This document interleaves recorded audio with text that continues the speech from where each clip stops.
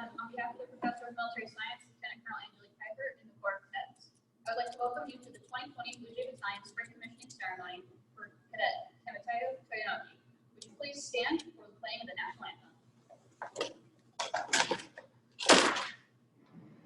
Oh, say, can you see when the dawn's early light, what so proudly we hailed at the twilight's last gleaming, whose broad stripes and bright stars through the perilous night, for the ramparts we watched were so gallantly streaming, and the rockets' red glare, albums bursting in air, gave proof through the night that our flag was still there.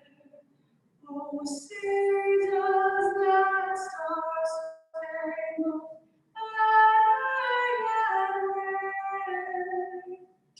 for the land of the free and the home of the brave.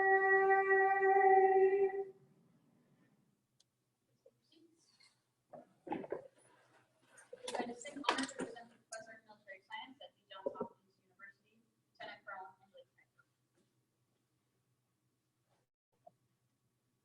Good afternoon, family, friends. Thank you for making it here in person to celebrate and recognize Mateo's accomplishments over the last few years and commissioned lieutenant in the United States Army. And welcome to all of your friends, family, virtually the last few years. I'm sure you probably thought that they would never quite come, right?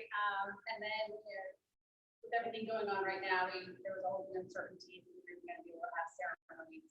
But we're happy that we were able to provide this day of recognition for all that you've achieved and all that you're going to achieve in your future. Take that oath and sign into your first assignment. So I met TK, as everyone likes to call her. I met TK when she was technically almost MS4, right? And which is rare. So usually you're an MS4 and then you commission and then you go. But she was an MS4 and she still needed to go to advanced camp.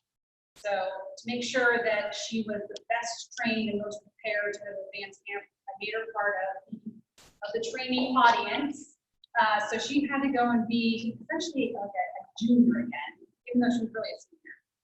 But you know what? She took that like cheap, to be honest. I made her go and get dirty all over again. I made her stand in formations all over again. I made her go and lead battle drills all over again. Everything you needed to do as a junior, which nobody really was told for a junior. I made her do it all over again. And you know what? She did it with pride and passion, and she really started to become like the mentors in those groups while she was leading. She's like, I've done this before, I know what you can do.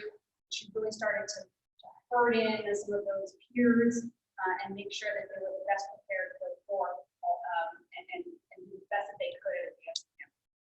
And then one day we're sitting in a training meeting and she comes up to me and she's like, I need a leadership role. I can't just be the MS3. I want to do the dining in. And the dining in is a formal dinner that we have, but it's just the cadets and the dates. No one else but people that wear this uniform. And okay, well, go ahead, take it. What do you want to do?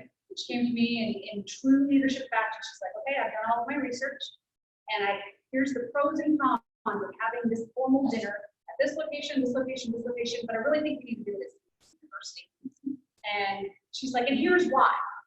And she was so convincing, and she had done all the math, both the budgeting, the resources, the supply capability, the math people can hold. And I was like, okay, done. We'll do it at Stevenson University. And you know what? All three people were so excited that we were going to do something at Stevenson University. And the entire time, the 60 some odd other cadets were like, what? Stevenson? don't want to go at Stevenson. I was like, no, no, no, Stevenson's important. And she convinced me, and you know what? Did it again this year at Stevenson University. So she has left her footprint on this battalion, and we'll probably continue to do it at Stevenson University. And we actually looked at different commissioning for this fall, for this year, before really all the schools kind of shut down. But it was definitely an option. All that to say that she has been a constant leader in everything she's done, and she has definitely left her impression both on the cadets and the cadre of this battalion. So kudos to you. So in just a few short moments, we're going to listen to some sage wisdom and some remarks from our military senior leaders and civilians, and we're going to give you all of these great pieces of advice. Right? They didn't just come up with these; they just read the book. Right? They came up with this advice, trial and error in their own careers. And if you ask them, they will probably all tell you, you know what, when I was a lieutenant, boy, I screwed up that sometimes.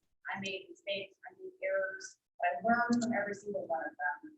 And so, TK, I would encourage you, your lieutenant, take those risks, accept the challenge, take the initiative, and be willing to fail, because through that failure is how you're going to learn. That's how you're going to adapt your leadership to be the absolute professional leader that I know that you can be for those soldiers in that unit. While your time was in MS4 in my classroom, you probably heard me say several things over and over and over, like now you're mom, right? This, that, and other thing. One of them was, be in the right place, in the right time, right uniform, right attitude. Doing the right thing is never wrong. And I still firmly believe that. Always asking what else can I do to improve myself? What else can I do to improve this unit and this battalion? Who else can be included? Who else needs to know this information? And probably most importantly, control those things in control. Controlling your attitude, controlling your level of resiliency, controlling your uniform and your fitness, right? And then controlling how well you can plan, prepare for the future, right? The Army is going to consistently bring curveballs. Tech life is going through curveballs right now. But your ability to plan will get you very far. If you're failing to plan, planning will fail. But I see that you are going to make great strides in your military career. I'm going to change gears real quick. Every year, the Dean of the Prager School of Arts and Sciences at Johns Hopkins University, she attends our commissioning ceremony, and she's able to interact with all the commissioning seniors and talk with them and listen to their stories. Unfortunately, this year because of COVID, she's not able to do that. But she did want to extend her regards and send you just a brief note, which I'll read right now. So hello, on behalf of the Prager School of Arts and Sciences and the entire Johns Hopkins University, I would like to congratulate members of the ROTC BJ Battalion. You are truly amazing, and I am proud of each and every one of you. I also want to acknowledge Major General John Evans, Brigadier General Antonio Manera, and Colonel Trevor Hill. I know you have been instrumental in seeing that our cadets are well trained and more resilient than ever in leading our nation's soldiers. So thank you. Every year, in what has become one of my favorite events, I host a special commissioning dinner with the graduating cadets to recognize their achievements and to honor their commitment and upcoming sacrifices for our nation. I am so very disappointed that due to COVID-19, I'm unable to meet you, our remarkable cadets, in person. Your hard work and dedication is so inspiring. Please know that you're in my thoughts and that I am with you in spirit. And to all of our 2020 cadets, you contribute to the greatness of the United States of America. Your love of country and your fellow Americans is truly unsurpassed. You're willing to sacrifice everything to protect the foundational values and principles of our nation. We can never repay you, but we can honor and thank you. And on this most special commissioning day, know that on behalf of Americans everywhere, we send you our gratitude, our honor, and our undying respect. Sincerely, Dean Beverly London. And with that, we will listen to some comments from our senior military leaders.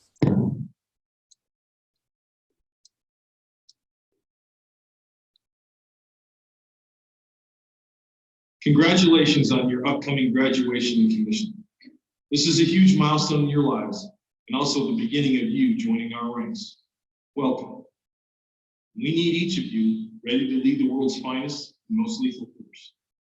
I regret that I'm not able to give you this message in person, and that this year commencement and commissioning will be different. Celebrating your achievement differently shouldn't diminish what you've accomplished here, nor tarnish the pride you should feel.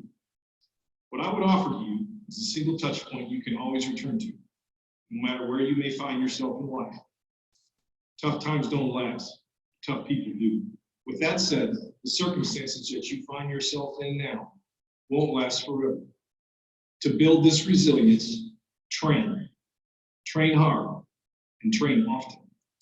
Train your body to operate under duress, your mind to remain calm in chaos, and your heart to endure hardship.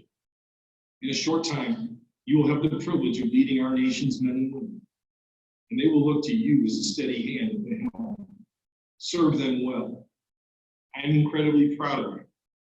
Congratulations on graduation and commission, and I will see you out in the field. Congratulations, and thank you for making the decision to join the best team in the world and be part of something bigger than yourself.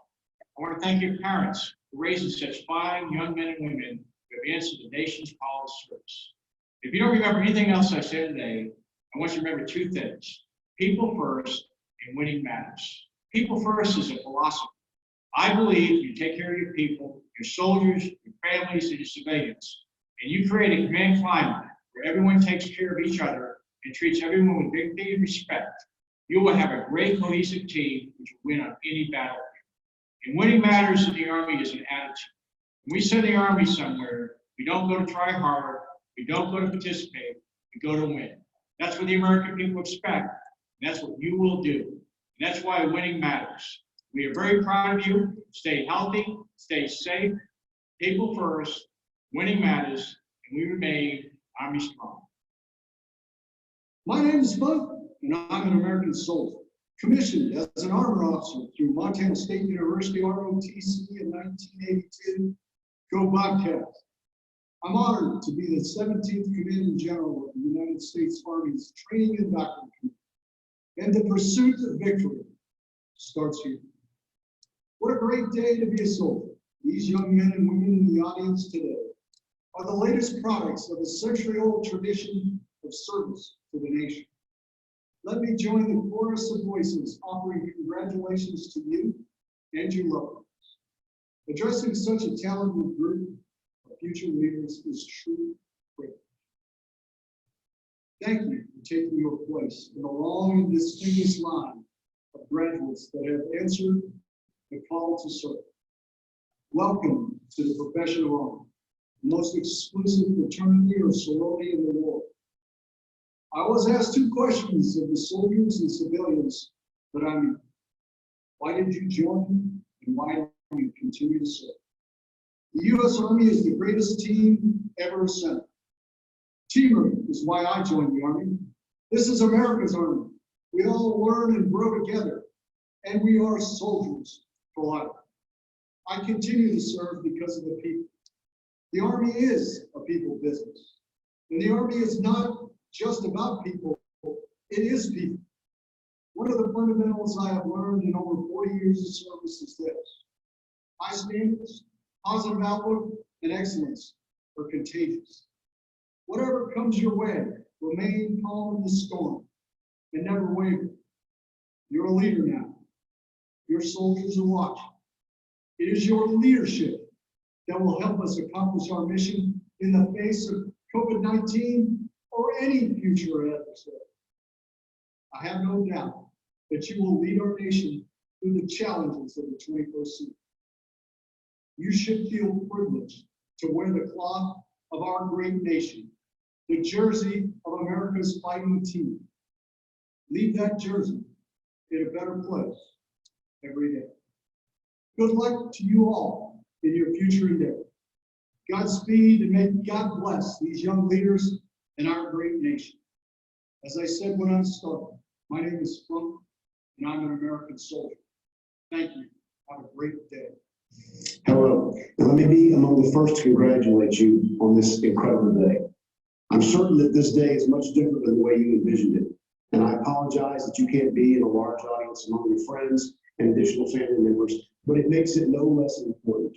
And I want to make sure that you understand that what you have undertaken, what you have achieved, is going to be important for our nation. You're going to swear an oath to the Constitution and the people that stand behind that, to do your duty, to protect our nation against all enemies, foreign and domestic. And right now, we face an unseen enemy. That's why we are conducting your commissioning ceremony in this way. But I know that you're up to the task. I know that you will take the training we've given you and that you will perform your duties thoughtfully and faithfully. I have faith and confidence in you, as do all of our senior Army leaders. And on this day, I want to congratulate you for doing what only 1 out of every 1,000 people in our country ever does, standing up and taking the oath of office to become an officer in the United States military. Congratulations, United States Army, Second Lieutenant.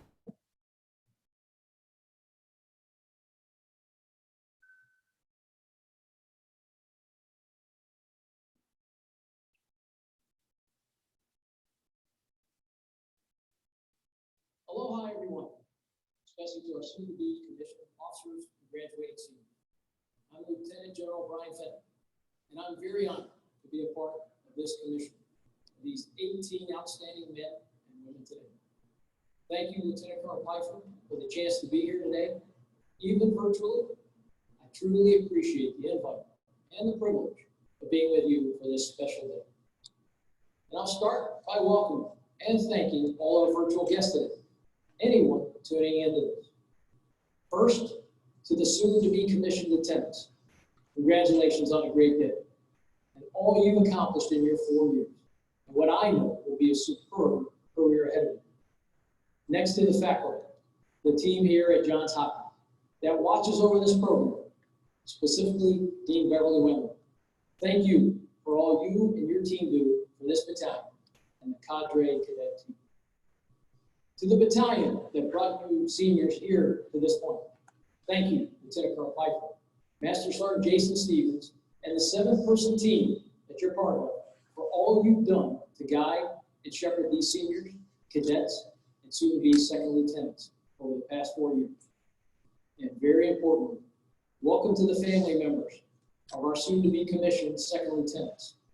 Thank you for tuning in. Congratulations on a great day. And the many ROTC and scholastic achievements you and your cadets have accomplished. You did it together. We know it's a team sport to make it thus far. Thanks as well in advance for giving us your family members to be part of our military. You entrust us with your sons and daughters, your brothers and sisters, your nieces and nephews to serve their country and be part of something much bigger than themselves. Via protecting our nation, the Constitution, and our citizens. And we recognize that having your family members in our ranks is a tremendous responsibility. And I can assure you that this is not something that we take lightly. So thank you very much for lending them to us. And I don't want to forget to thank the folks who helped put this commissioning ceremony together. Thank you to everyone that made it possible, especially during this time of COVID. I know these type of events don't just happen. It's people behind and in front of the scenes with a lot of hard work and coordination that make it so. So thank you for all you did to make this special day possible. I'll now focus my remarks on the soon-to-be commissioned lieutenants. And in all my experiences with these type of events, the audience, especially these new soon-to-be lieutenants, rarely remember the guest speaker. I know I sure didn't when I was in your shoes over 33 years ago. So I'll do my best to follow the 3 B's. Be brilliant, be brief, and be gone. And I'll strive really hard on the brief and the gone parts. In that vein, there are only 3 things I want to offer the new lieutenants today. First, what your commissioning means. Second, give you a few tips for your new profession. And third, pass along a lesson that I picked up this day almost 33 years ago. So first, what does your commissioning mean? It means a couple things. When you raise your hand and take that oath, you immediately become part of something much bigger than yourself. You'll be in a position where the United States Army is going to entrust you with tremendous responsibility, supporting and defending the Constitution of the United States, being responsible for millions of dollars of equipment, ensuring our men and women are trained correctly, and most importantly, watching over and leading our nation's greatest treasure, young men and women just like yourselves. You will be charged with the care, training, and well-being of those young people, numerous soldiers, non-commissioned officers, civilians, and ensuring they are ready to fight and win against our nation's adversaries, to include COVID, as we've just experienced. It's a tremendous responsibility, and one that will challenge and test you throughout your career, whether you serve for 4 years or 40. But make no mistake, you're ready. Your training thus far here at Johns Hopkins, and what you gained from your family upbringing has you well prepared for this task. So you are prepared. You are ready. And trust me when I say this, as someone who began this journey 33 years ago this month, you will do great. And to add something to that preparation, I want to cover my second point, sharing with you some tips for new lieutenants that came from a mentor of mine, General Tony Thomas, the former commander of U.S. Special Operations Command, and a longtime special operations professional and Army Ranger. Tip 1, ask. At your first meeting with your platoon or detachment sergeant or NCOIC, ask him or her what they expect of you. If they're good, and most of them are, and they're very good, they'll say something like, be our leader, make tough decisions. Don't try to be our friend or our buddy. We may eventually like you, but that's not the objective. And ensure we are prepared for our tasks. That's your job. And while they may never say it, you can bet that if you do this, they will strive to never, never let you down. And while you may not be their friend or buddy, you will still be their lieutenant. And by doing this, you can absolutely be sure you will be their lieutenant. Tip number 2, take care. Care for your people, care for your troops, care for your platoon, whoever you lead. Your troops are our most precious resource. They are our decisive, competitive, and comparative advantages. And they are more important than any piece of hardware or equipment. They are our business. Advocate for them, help their families, and help each and every one of them reach their full potential. Because like you, they all came into this Army with hopes, dreams, and aspirations. So care for them, and they'll notice. And in return, they'll take care of you, their lieutenant. Tip 3, strain to listen and make your transmissions count. Remember, you have 2 ears and 1 mouth for a reason. Listen more than you talk. You'll learn more this way. Refer back to tip number 1. And thus really absorb what your platoon or your junior leaders are telling you. Seek input and diverse opinions. And when you do, and you do finally talk, show them that you've taken their input and factored it in. And in doing so, as well as being precise and clear with what you say, what you direct, or what you want, you will be their lieutenant. Last tip, number 4, be accountable and hold folks accountable. Take blame and responsibility, but pass the credit. Your troops will know the difference. It's key to selfless service. Make it your mission to make your subordinates more successful than they believe they can be. Relish in their success. Give them credit and take blame. At the same time, hold folks accountable. Hold them accountable to the standards. You can be tough, and you can still love your troops. Trust me, they know the difference. They know the difference between tough love and toxic leadership. Like a grizzled old football coach or sports coach, strike the right balance of love and leadership, and they'll notice, and you'll be very lieutenant. So those couple tips, and many more I could share with you, but won't based on time, will serve you well. And at this point, I'm reminded of a joke. A baseball pitcher was having a really hard time. He's getting hit all over the place. And the manager comes out to the mound and says, pitcher, give me the ball. Pitcher says, but coach, I'm not tired. And the coach replies, I know you are, but the outfielders behind you sure are. So you all are probably tired of hearing me talk, just like those outfielders. And as a result, I'll wrap this up and prepare to be gone with an important leadership lesson I got from a great mentor of mine, Coach Lou Holtz, former football coach at Notre Dame, among many schools. Coach had been a lieutenant in the Army prior to being a football coach. And he was very proud of that. In fact, he used to pride himself on his MBA, except he told us his was not a master's of business, but rather made by Army. And while working for him as a student assistant, he constantly reminded me that one of the keys to leadership was being a happy leader. He said it gave people energy. He said in a world where there were enough Donnie and Debbie Downers with way too much to do, that we needed folks that were just happy to lead others. He called happiness rocket fuel for an otherwise unhappy world.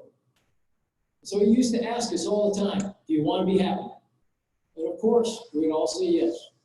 Then he'd say something like this: you want to be happy for an hour? Eat your favorite food. You want to be happy for a day? Play a round of golf. Unless you're like me and you'd rather surf and be out in the water. You want to be happy for a week? Go on your favorite vacation. You want to be happy for a month? Buy a new car. You want to be happy for a year? Win the lottery.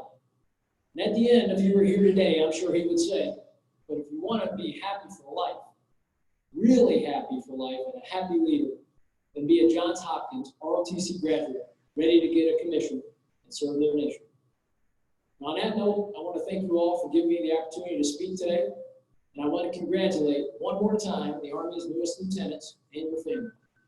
May God bless all of you, your families, our great military, and may God bless the United States of America, the land of the free, and the home of the brave.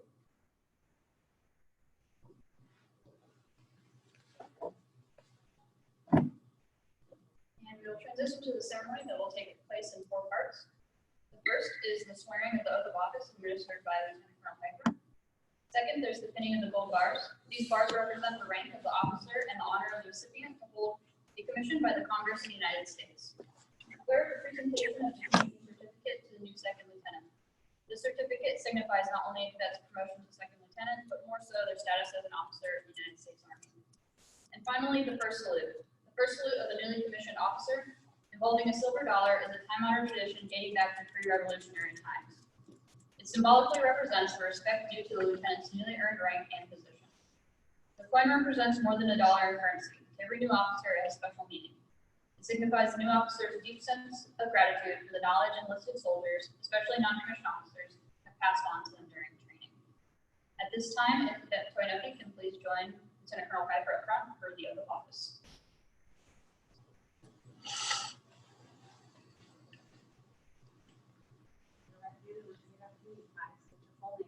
I, the Ohio State, am an appointed officer as the appointed officer in the Army of the United States. In the rank of second lieutenant, in the rank of second lieutenant, do solemnly swear that I will support and defend the Constitution of the United States, the Constitution of the United States, against all enemies, foreign and domestic, and that I will bear true faith, that I will bear true faith and allegiance to the same, that I take this obligation freely, without any mental reservation,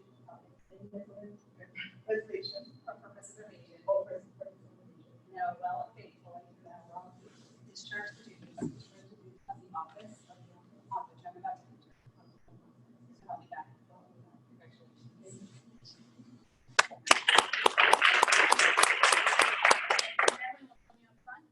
On those gold bars while I read your bio.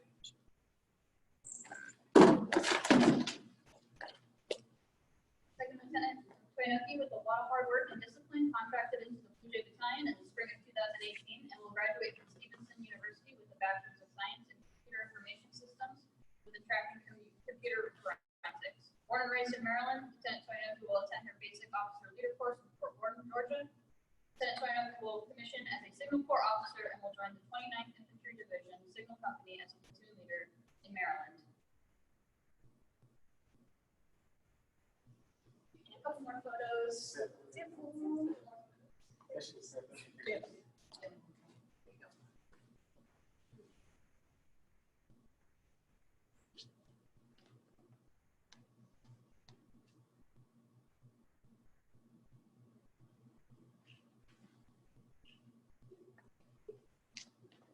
Lieutenant Toyin-Oke will receive Congratulations, Stevens. I'll be ready.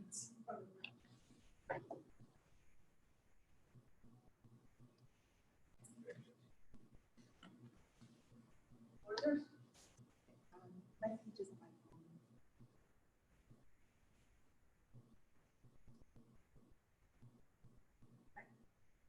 So ceremonies like these are important because they really push you through life. The journey to this day has been a long and hard one. That being said, through it, I met the absolute best people and became a better person myself. I learned so much about myself and what I can do, and I'm really proud of my accomplishments and the person that I've become. But I'd be amiss not to recognize the people that got me here. First, I'd like to thank the cadre for their constant commitment to the program and the future leaders of the United States Army. I'm sure sometimes it feels like their sacrifices go unnoticed, but it definitely does not. We notice when you're here without your kids and your spouses, the missed birthdays and the family you left in other states and even other countries. So only one of you here today was my direct advisor and instructor. You all have led me in different ways, and what I've learned from you all about being a leader and example will stay with me forever. I'd like to thank my family, especially my mom, for instilling in me the value of integrity and academic excellence. I'd like to thank my sisters for teaching me patience and genuineness.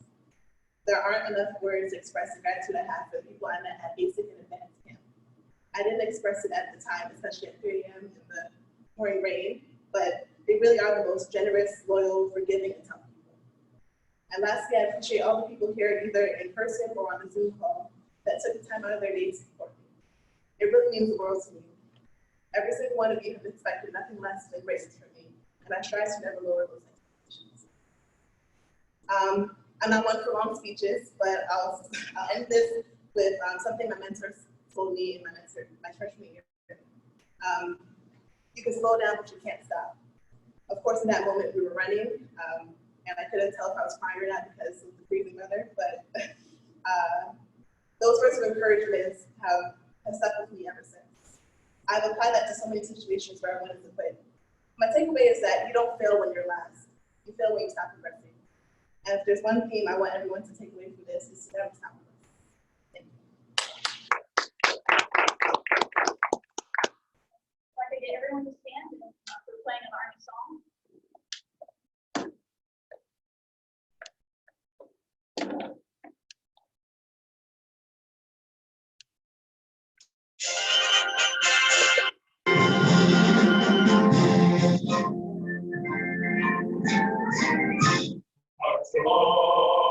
Sing a song, is the army of the free.